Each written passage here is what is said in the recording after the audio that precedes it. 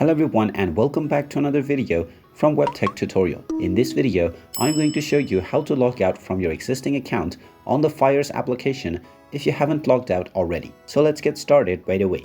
If you open up the Fyers application and check within the settings and log out from within, you might be logged out from your account, but some of your user data might still be saved. So in order to prevent this and log out completely, long press on the Fyers application and tap on the info button. You will then be taken into the application info page for Fyers. First of all, tap on the force stop button at the bottom right corner and tap on OK to stop the app. Then scroll down and tap on storage. And now from the storage page, you can tap on clear data at the bottom left corner and then tap on the delete button to clear all of your user data on the Fyers application. And now after you complete this step, you will officially be logged out from your account on the Fyers application. And there you have it. That is how easy it is to log out from your account on Fyers.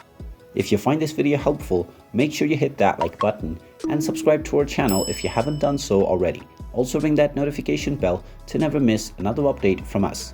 Thank you for watching and I will see you again in the next video.